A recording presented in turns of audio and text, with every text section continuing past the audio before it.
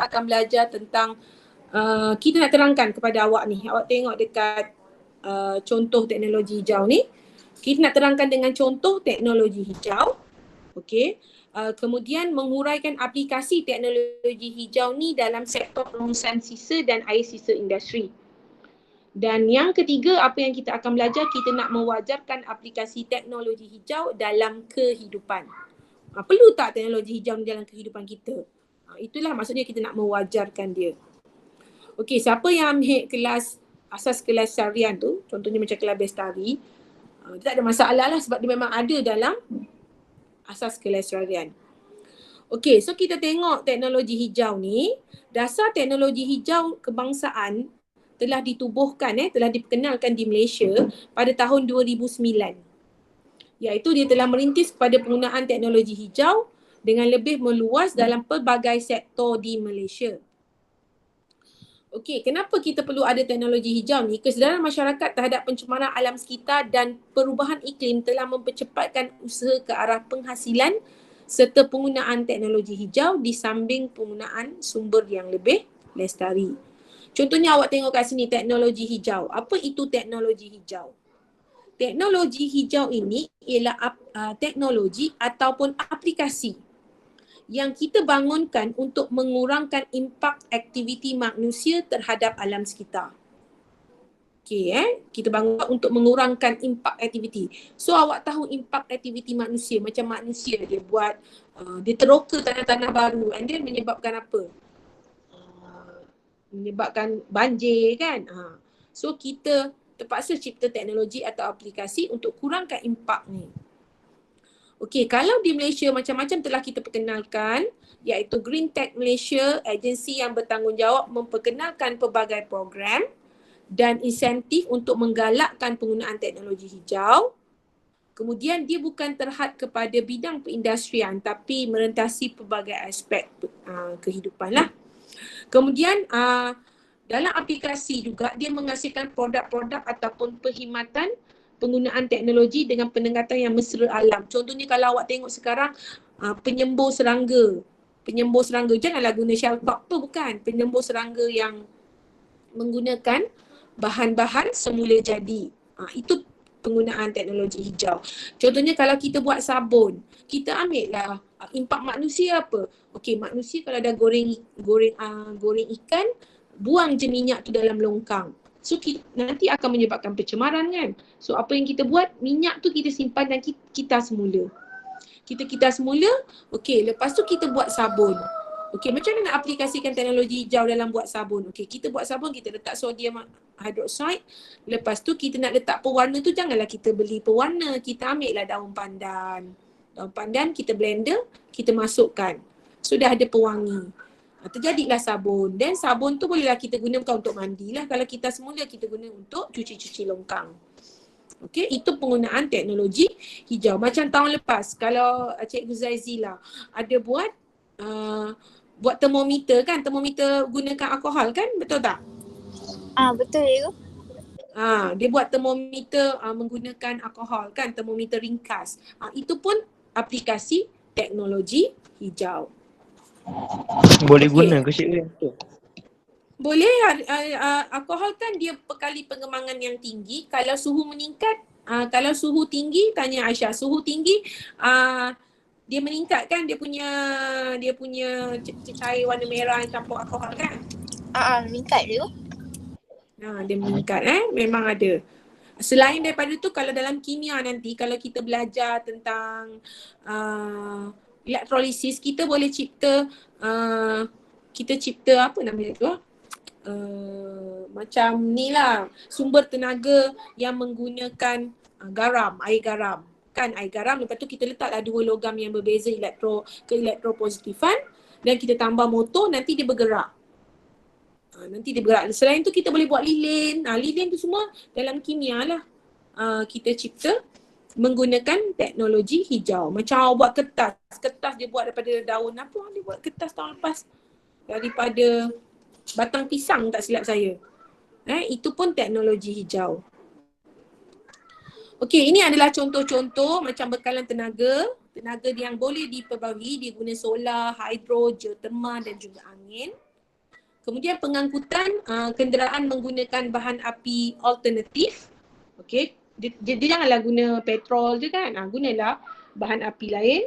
Kemudian penggunaan bahan binaan mesra alam dan bangunan yang jimat tenaga. Okey, pengurusan sisa dan air sisa, kita buat kaedah kitas semula dan kaedah olahan larut lesapan dan tapak pelupusan. Dari segi pertanian dan perhutanan, kalau awak tengok macam sisa-sisa makanan tu, dia buatkan baja kompos. Dan baja kompos memang bau busuk sikit lah. Lepas tu dia guna baja tu, dia guna untuk pokok-pokok lah baja kompos tu. Kalau kelas Bestari dia ada buat lah di sekolah yang ambil silibus asas kelestarian.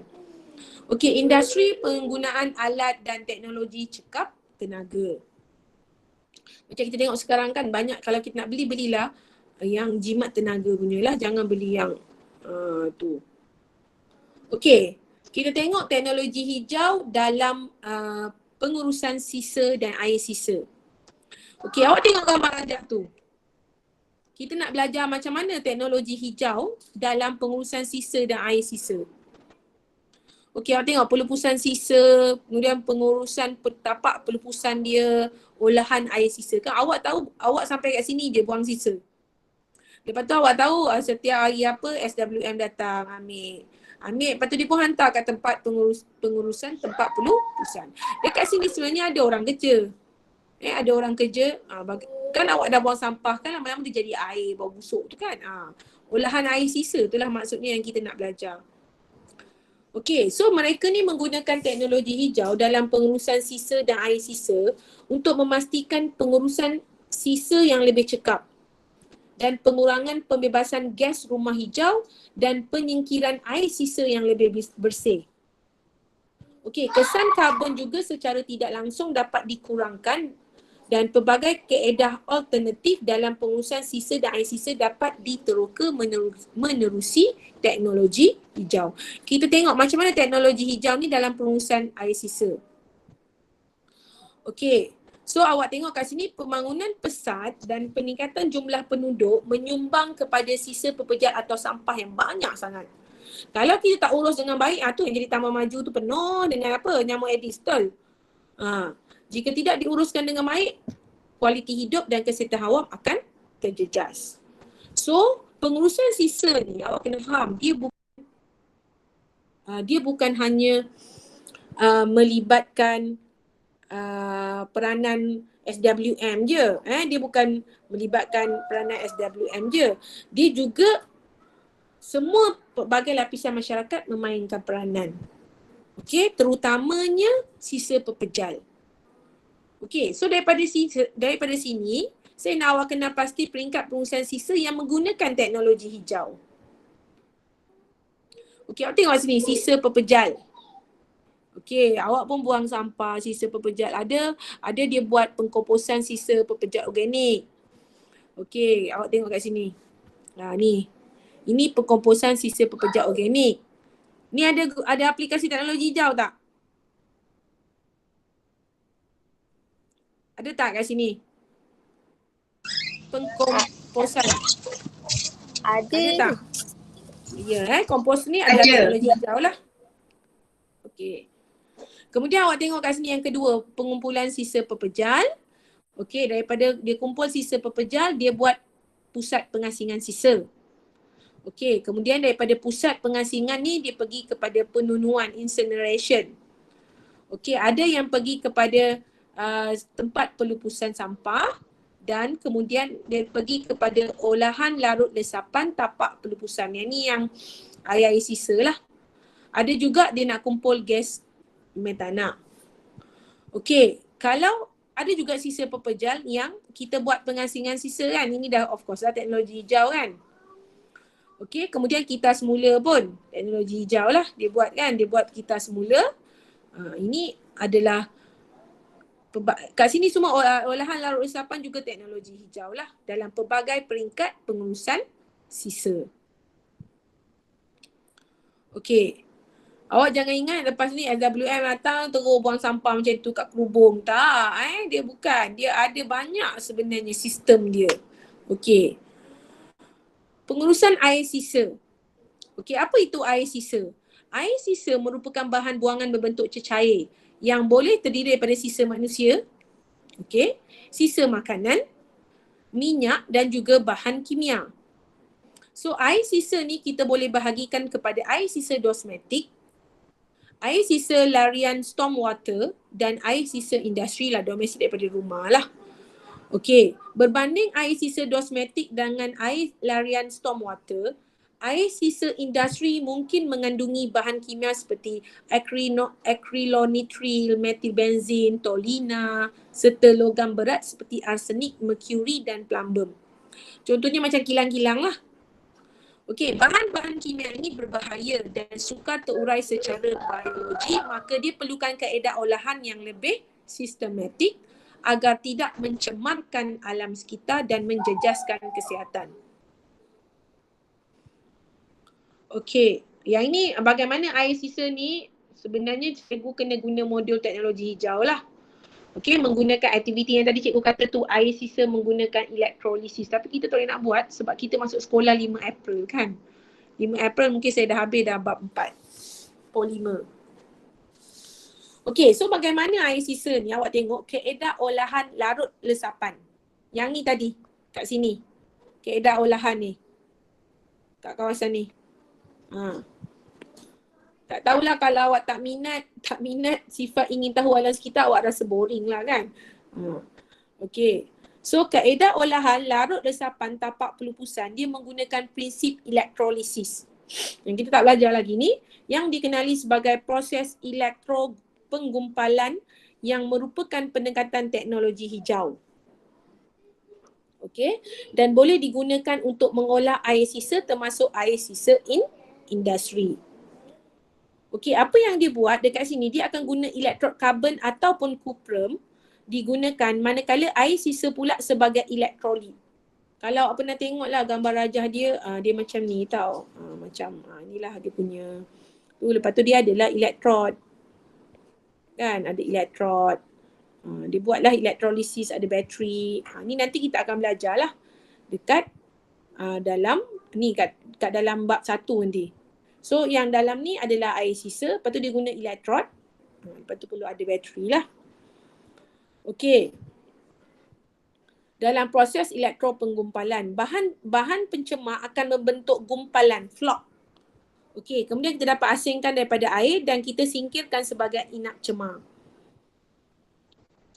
Okey, kemudian kita tengok bahan inap cemar setelah dirawat dengan betul, kita boleh gunakan dia sebagai baja dalam sektor pertanian ataupun kita lupuskan dengan kaedah bersesuaian.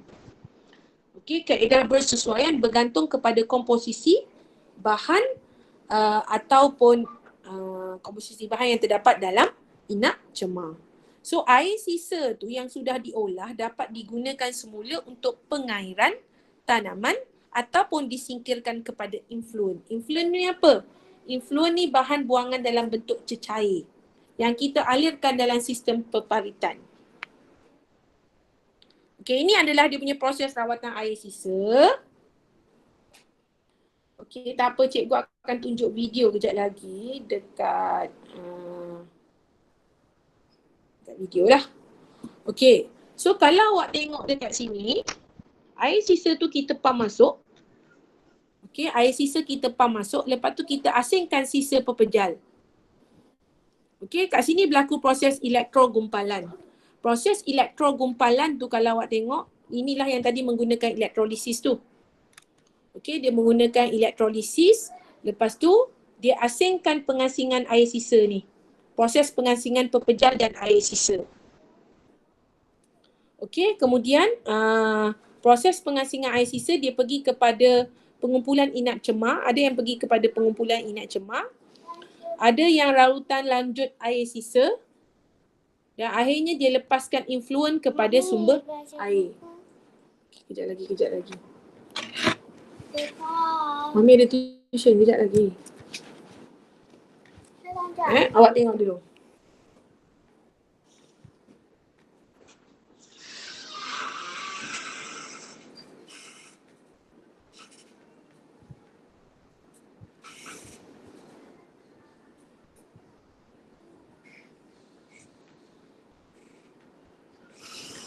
Okey, kejap cikgu share screen.